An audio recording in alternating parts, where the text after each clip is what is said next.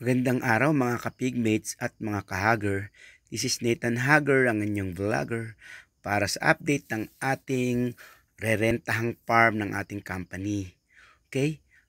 Yun nga po, kailangan po natin linisin at tanggalin yung mga deposits na narito sa lagoon. Ito po yung huling ginamit last to 2017 pa. At natenga to ng mahigit 5 taon na raw ayon sa may-ari. Kaya po tayo po ang gagamit ng farm na to.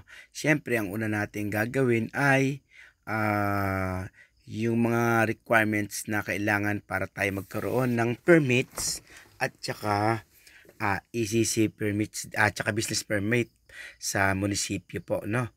Ito po yung lagoons na aming gagamitin. So may mga deposit pa siya na ito may tubig. Siguro naman ay ano na lang yan. Stock na lang yan ng siguro tubig ulan.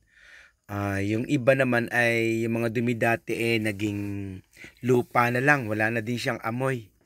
So after 5 days, eto na siya. Okay. So nasuyod na namin. Natanggal na ng ating mga masisipag na farm boys. Ayan, yung unang stage. Yung pangalawang stage o septic tank, andine, ang deposit wala na rin. So adobe na po yung ilalim na yan.